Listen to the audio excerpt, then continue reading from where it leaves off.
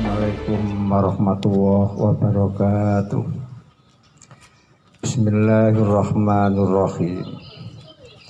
Alhamdulillahi rabbil alamin. Wassalatu wassalamu ala nabiyyinal amin Muhammadin wa alihi wa sahbihi ajmain. Amma ba'du.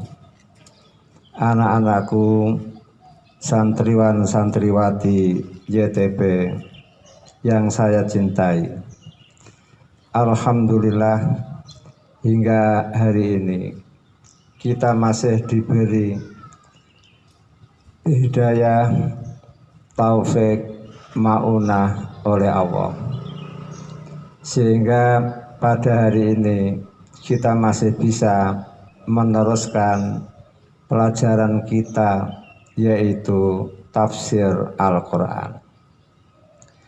Setelah ayat 183, 184 selesai, sekarang mari kita lanjutkan ayat 185.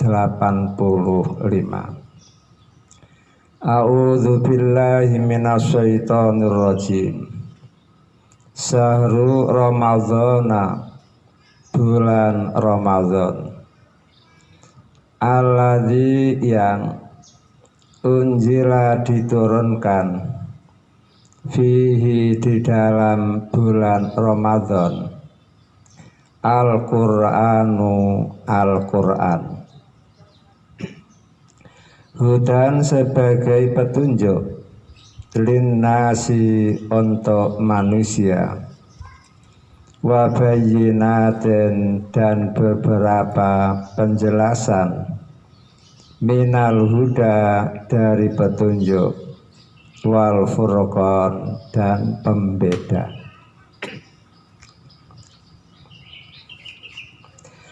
Faman maka barang siapa Syahida menyaksikan orang minkum dari kamu semua, as-sahra bulan, falyasum maka hendaklah berpuasa dia hu di bulan.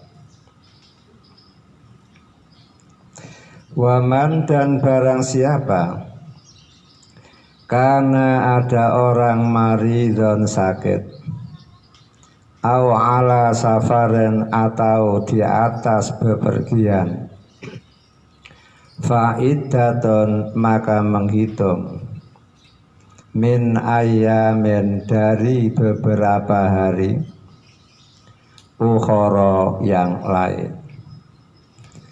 Yuridu menghendaki, Allahu Allah, bikum dengan kamu semua, al-yusra kemudahan, wala yuridu dan tidak menghendaki Allah, bikum dengan kamu semua, al-usra kesulitan, walituk milu dan agar menyempurnakan kalian, ala iddata akan hitungan, walitu kabiru dan agar mengagungkan kalian, Allah kepada Allah, alama atas sesuatu, hada menunjukkan Allah kum kepada kamu semua, wala'allakum dan mudah-mudahan kamu semua, taskuruna bersyukur kamu semua. Sahru Ramadhan alladzi unzila fihil Qur'an, bulan Ramadan adalah bulan yang diturunkan di dalamnya Al-Quran. Ayat ini memberi informasi kepada kita bahwa Allah menurunkan Al-Quran di bulan Ramadan. Padahal kenyataan di lapangan Al-Quran itu diturunkan oleh Allah kepada Nabi Muhammad hampir di setiap bulan hingga memakan waktu 23 tahun. Namun mengapa ayat ini menjelaskan syahrul Ramadan alladzi unzila fihil Quran? Bulan Ramadan adalah bulan diturunkannya Al-Quran. Ini menunjukkan bahwa turunnya Al-Quran itu ada dua macam. Pertama, turun dari Lauhul Mahfuz secara lengkap, mulai dari Al-Fatihah sampai dengan Qul a'udzu birabbin nas, dibawa turun oleh malaikat Jibril, dikawal oleh beberapa malaikat, turun ke langit yang ke-7, turun ke langit yang ke-6, sampai turun ke langit yang paling bawah. Disitulah Al-Quran lalu ditempatkan di Baitul Izzah dalam satu malam, yaitu malam yang penuh berkah, yaitu malam Lailatul Qadar. Kemudian setelah berada di Baitul Izzah, Al-Quran diturunkan oleh malaikat Jibril. Model yang kedua yaitu tadrijian, sedikit demi sedikit, berangsur-angsur, mulai dari Iqra, ayat yang turun pertama kali kepada Nabi Muhammad, hingga ayat yang paling akhir turun, yaitu wattaqu yauman turja'una fihi ilallah summa tuwaffa kullu nafsin ma kasabat wa hum la yudlamun. Memakan waktu 23 tahun. Kemudian mengapa kadang-kadang ada orang mengatakan bahwa turunnya Al-Quran kepada Nabi Muhammad itu diawali dari Iqra, kemudian ditutup dengan al-yauma akmaltu lakum dinakum wa atmamtu alaikum nikmati wa raditu lakumul islama dina. Bukan wattaku yauman turja'un, surat Baqarah. Maka hal semacam ini bisa disatukan. Ketika al-yauma akmaltu lakum dinakum turun, berarti syariat Islam sudah sempurna, hukum-hukum Islam sudah sempurna, faraid sudah sempurna, ditutup dengan al-yauma akmaltu lakum. Sehingga ayat al-yauma akmaltu lakum itu adalah ayat yang paling akhir turun tentang hukum. Dan pada waktu itu Nabi Muhammad masih hidup 81 hari.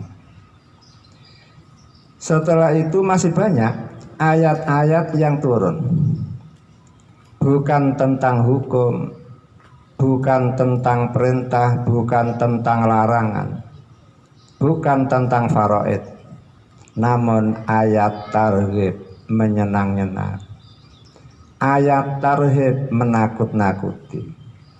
Kemudian ditutup dengan wattaqu yauman turja'una fihi ilallah, turun. Setelah itu umur Nabi Muhammad tinggal 9 hari, sehingga kesempatan hidup Nabi setelah wattaqu yauman turja'una fihi ilallah hanya 9 hari. Setelah itu wafatlah. Dengan demikian wattaqu yauman merupakan ayat yang paling akhir turun tidak secara umum, sementara al-yauma akmaltu lakum turun sebagai penutup ayat-ayat hukum, ayat-ayat syariat. Dengan demikian di dalam Al-Quran ada istilah anjala dan nazala. Kalau anjala ini turun sekaligus, seperti inna anjalnahu fi lailatul qadr. Kalau menggunakan anjala berarti turun sekaligus, yaitu turun dalam satu malam, dalam satu bulan, yaitu bulan Ramadan. Namun kalau menggunakan nazala berarti turun sedikit demi sedikit, tadrijian, secara berangsur-angsur, sehingga memakan waktu 23 tahun barulah lengkap Al-Quran, sempurnalah ilmu Nabi Muhammad. Sehingga dari sini bisa disimpulkan, kalau anak-anakku kepingin memiliki ilmu yang sempurna, ilmu yang lengkap ukuran manusia, maka harus belajar 23 tahun seperti Nabi Muhammad belajar Al-Quran 23 tahun. Kalau anak-anakku belajar 23 tahun berarti sudah sempurnalah ilmu kalian. Mari kita hitung. Kita hitung.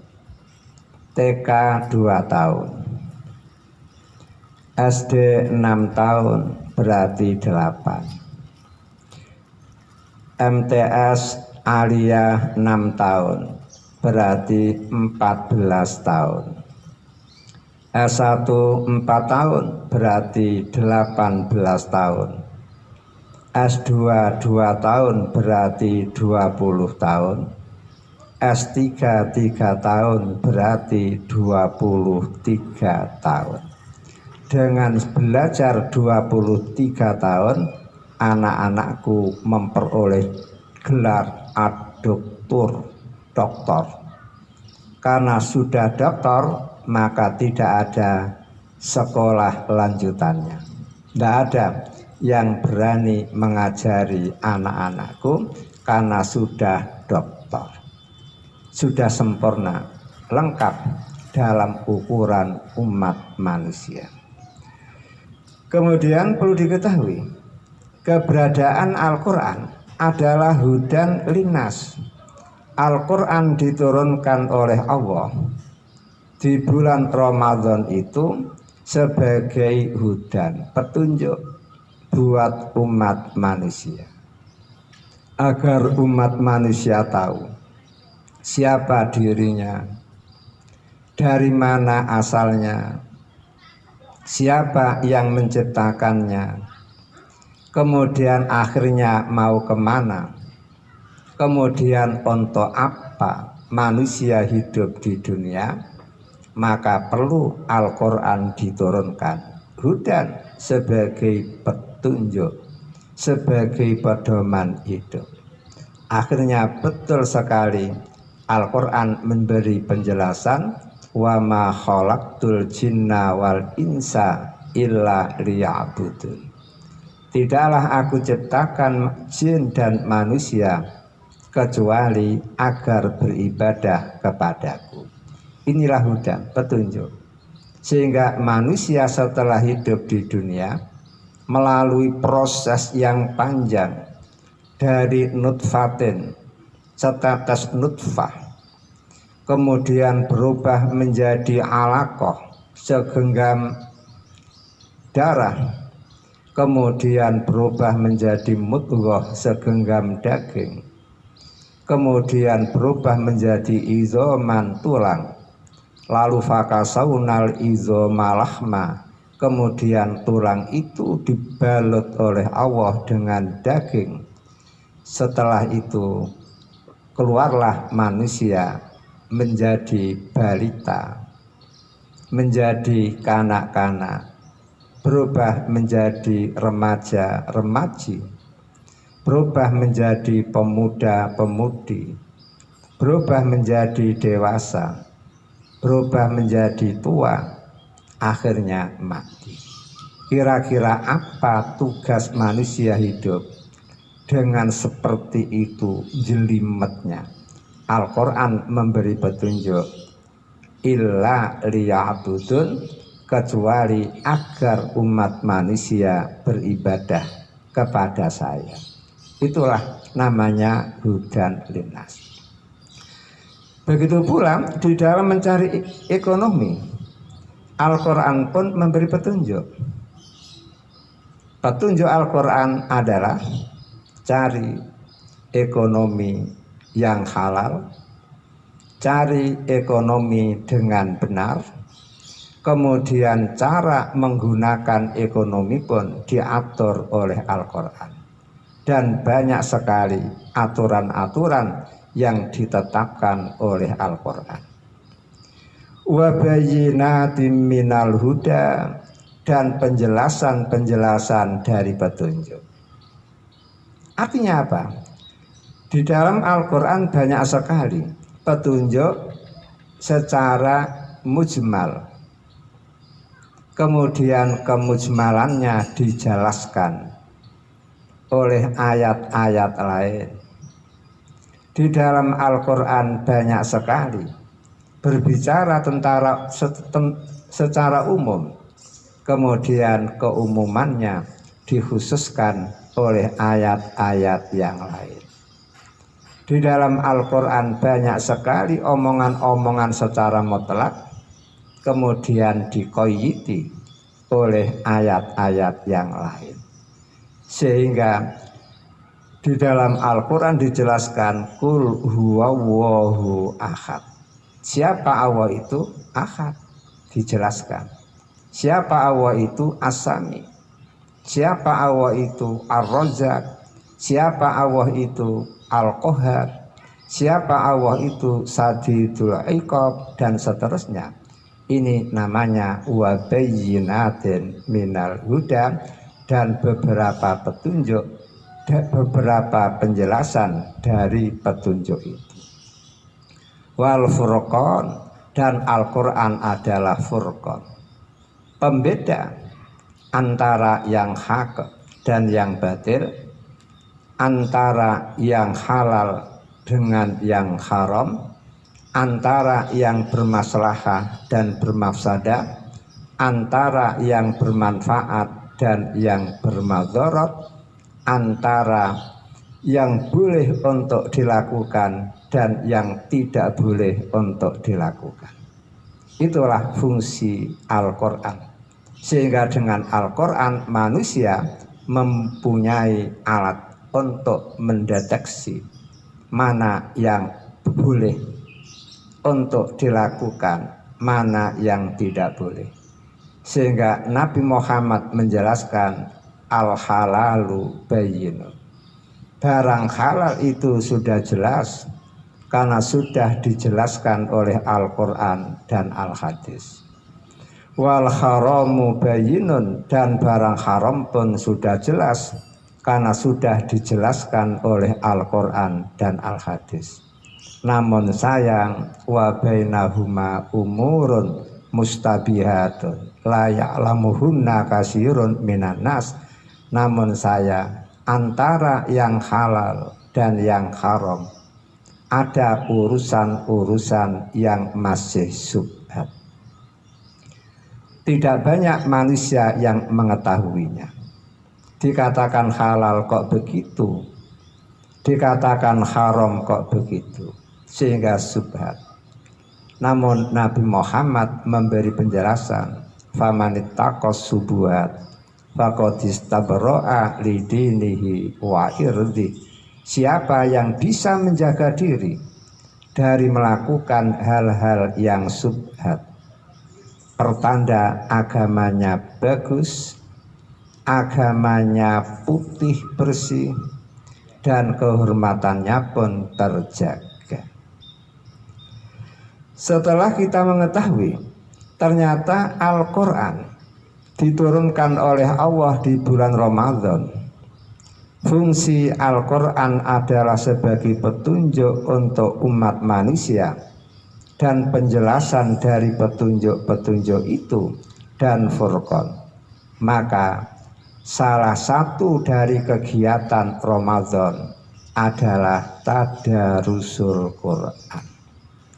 Sehingga Nabi Muhammad setiap kedatangan bulan Ramadan, Nabi Muhammad selalu tadarus. Tadarusnya Nabi Muhammad bersama malaikat Jibril. Nabi Muhammad membaca, Jibril yang menyemak sampai tamat. Kemudian Jibril membaca, Nabi Muhammad menyemak sampai tamat. Sehingga dalam setiap bulan Ramadan, Nabi Muhammad menghatamkan satu kali, Jibril menghatamkan satu kali. Namun di akhir hayat Nabi Muhammad, setelah Nabi Muhammad menghatamkan satu kali, Jibril menghatamkan satu kali, ternyata Jibril turun lagi di malam itu. Kemudian mengajak Nabi Muhammad tadarus, sehingga dalam satu bulan Ramadan Nabi Muhammad menghatamkan 2 kali, Jibril juga 2 kali. Dan hal ini membuat Nabi Muhammad penasaran. Mengapa? Biasanya cukup 1 kali, Ramadan tahun ini kok 2 kali. Apa mungkin usia saya mau habis? Ternyata betul. Setelah Ramadan selesai, beberapa bulan kemudian Nabi Muhammad meninggal dunia, wafat. Dari sini bisa simpulkan, karena Ramadan adalah bulan diturunkannya Al-Quran, maka salah satu kegiatan Ramadan adalah tadarus, dan Nabi Muhammad memberi contoh khatam 1 kali. Padahal Nabi Muhammad orang Arab, lincah membaca bahasa Arab, bahasa Al-Quran, namun hanya menghatamkan 1 kali. Hal ini sesuai dengan istilah tadarus, karena tadarus itu tidak sekedar membaca lafadznya, namun membaca dengan bacaan plus, membaca lafadznya sambil merenungkan isi kandungannya, sehingga tidak perlu banyak-banyakan khatam, namun yang diperlukan adalah perenungan dari isi kandungan ayat-ayat tersebut. Oleh karena itu, mumpung ingat di bulan Ramadan ini, anak-anakku, santriwan santriwati YTP harus berupaya untuk khatmul Quran, menghatamkan Al-Quran, walaupun cukup 1 kali saja. Yang penting bacaannya adalah bacaan plus, baca lafadznya sambil merenungkan isi kandungannya. Saya lanjutkan. Faman syahida minkumus sahra fal yasumuhu. Maka barang siapa dari kalian menyaksikan bulan Ramadan, fal yasumhu, maka hendaklah ia berpuasa di bulan Ramadan itu. Hal ini istilah Al-Quran. Faman syahida minkumus sahra falyasumhu. Siapa yang menyaksikan bulan Ramadan tiba, maka hendaklah ia berpuasa. Namun istilah Nabi Muhammad, sumu li ru'yatihi wa afatiru li ru'yatihi. Puasalah kalian karena meru'yah, melihat bulan 1 Ramadan, wa afatiru li ru'yatihi, dan berfitirlah, beridul fitirlah karena melihat 1 Syawal. Kemudian ulama-ulama di dalam mengartikan ru'yah atau syahadah itu ada 2. ada yang melihat dengan mata telanjang. Karena menggunakan ru'yah bil ain dengan mata telanjang, maka tiap tanggal 29 Sa'ban mereka berbondong-bondong ke tempat yang tinggi untuk melihat. Ketika matahari tenggelam, bulan masih kelihatan, bulan sudah kelihatan atau belum. Itu namanya ru'yah bil ain. Namun ada yang cukup ru'yah bila ilmi, melihat dengan ilmu, yaitu dengan menggunakan ilmu falak, menggunakan ilmu hisab, menggunakan ilmu astronomi, sehingga jauh-jauh hari mereka sudah tahu kapan Ramadan datang, kemudian kapan 1 Syawal datang. Cukup dilihat dengan ilmu, menggunakan ilmu hisab. Namun untuk menentukan pergantian bulan itu mengalami perbedaan. Ada yang menentukan pergantian bulan itu cukup dengan 3 syarat saja. Pertama, wujudul ijtima, adanya istima, konjungsi. Kemudian yang kedua, al istima qoblal ghurub, konjungsi terjadi sebelum matahari tenggelam. Kemudian yang ketiga, wujudul hilal hinal ghurub, ketika matahari tenggelam bulan masih ada di atas ufuk. Lah kalau 3 ketentuan ini sudah terpenuhi, maka pada saat itu bulan Sa'ban sudah berakhir, bulan Ramadan sudah masuk. Kemudian menurut hitungan, ternyata pada hari Kamis tanggal 23 sudah terjadi istima, konjungsi. Konjungsi itu artinya apa? Matahari, rembulan, bumi berada di dalam satu garis lengkung. Itu namanya konjungsi. Dan terjadinya konjungsi ini sebulan 1 kali, sebulan 1 kali. Kalau sudah terjadi konjungsi, itu namanya pemisah antara bulan yang lalu dan bulan yang akan datang. Hanya perlu diingat, konjungsi itu bisa terjadi di malam hari, juga bisa terjadi di siang hari, di pagi hari. Maka syarat yang kedua, al-istima qoblal ghurub. Syarat yang kedua, terjadinya konjungsi itu harus sebelum matahari tenggelam.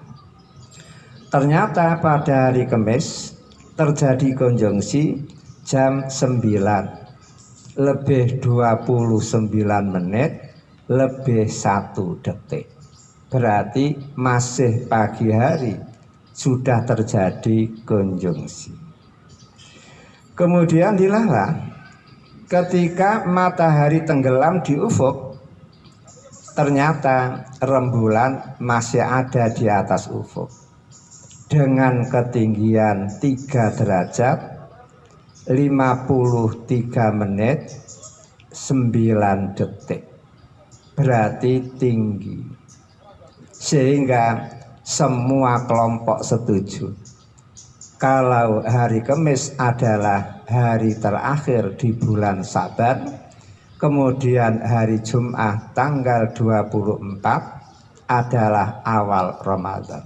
Makanya dalam tahun ini, walaupun tidak usah ru'yah bil ain, cukup dengan hisab, karena ketinggiannya sudah 3 derajat lebih 53 menit lebih 9 detik, maka semua umat Islam mengawali puasa Ramadan pada hari Jumat. Kemudian dengan menggunakan ilmu hisab pula, awal Syawal pun bisa diketahui. Untuk tahun ini awal Syawal bisa dilihat, yaitu pada hari Sabtu tanggal 23 Mei sudah terjadi al-istima, konjungsi pada hari Sabtu pukul 00 lebih 41 menit lebih 57 detik. Berarti konjungsi terjadi sebelum matahari tenggelam. Ketika matahari tenggelam di ufuk barat, ternyata hilal kelihatan tinggi sampai 6 derajat lebih 15 menit lebih 31 detik. Dengan demikian secara sepakat Idul Fitri jatuh pada hari Ahad tanggal 24 Mei. Itulah serba-serbi sumu liru'yatihi wa aftiru liru'yatihi. Berpuasalah kalian karena melihat 1 Ramadan, kemudian beridul fitrilah kalian karena melihat 1 Syawal. Kalau istilah Al-Quran, faman syahida minkumus sahra falyasumhu, siapa di antara kalian menyaksikan bulan Ramadan, maka hendaklah ia puasa. Semestinya dasar wajibnya puasa Ramadan adalah ayat ini, falyasum, bukan kutiba alaikumusiyam. Karena kutiba alaikumusiyam itu adalah kalam khobar. Kita diberi informasi oleh Allah. Kalau Allah mewajibkan puasa kepada orang-orang yang beriman, sedangkan perintah puasa itu sendiri ada di dalam ayat ini, faman syahida minkumus sahra falyasumhu. Karena perintah itu harus menggunakan sighah perintah. Sedangkan sighah perintah itu ada 4. Pertama, fi'il amar, itu sighah perintah sungguhan. Kemudian yang kedua, masdar yang mengganti fi'il amarnya, seperti wabil walidaini ihsanan. Ihsanan adalah masdar yang mengganti fi'il amarnya. Asalnya wabil walidaini ahsinu, dan terhadap kedua orang tua berbuat ihsanlah kamu. Kemudian yang ketiga menggunakan sighah isim fi'il amar, seperti hayya 'alas shalah, hayya 'alal falah, hayya marilah, itu adalah isim fi'il amar. Kemudian yang keempat fal yasumuhu, yaitu fi'il mudhara yang kemasukan lam amar. Kalau ada fi'il mudhara kemasukan lam amar, berarti sighah perintah. Sedangkan menurut kaidah secara umum, al aslu fil amri lil wujub, asal di dalam perintah itu untuk arti wajib. Illa madalla dalil ala khilafi, kecuali kalau ada dalil yang menentangnya. Ternyata wajibnya puasa Ramadan tidak ada satupun dalil yang menentangnya, sehingga semua ulama sepakat bahwa puasa Ramadan adalah wajib. Dalilnya adalah faman syahida minkumus sahra falyasum. Gara-gara melakukan puasa Ramadan hukumnya wajib, maka kalau dilaksanakan ada nilai-nilai pahala dari Allah, dan pahalanya itu ghairu muhaddad, tidak dibatasi. Beda dengan sholat. Bila dikerjakan seorang diri hanya dapat 1 derajat. Bila dilakukan secara berjamaah di masjid 27 derajat. Beda dengan sedekah. Kalau sedekah 1.000 rupiah dilipat gandakan sampai 700 kali. Wallahu yudhaifu liman yasha. Jelas. Sementara puasa pahalanya tidak dijelaskan oleh Allah, sehingga bisa banyak kalau puasanya bagus, kemudian bisa sedikit kalau puasanya kurang bagus, bahkan bisa tidak dapat nilai apapun kalau ketika dia melakukan puasa tidak baik. Lah karena puasa Ramadan adalah perintah, maka setiap perintah wajib untuk dilaksanakan.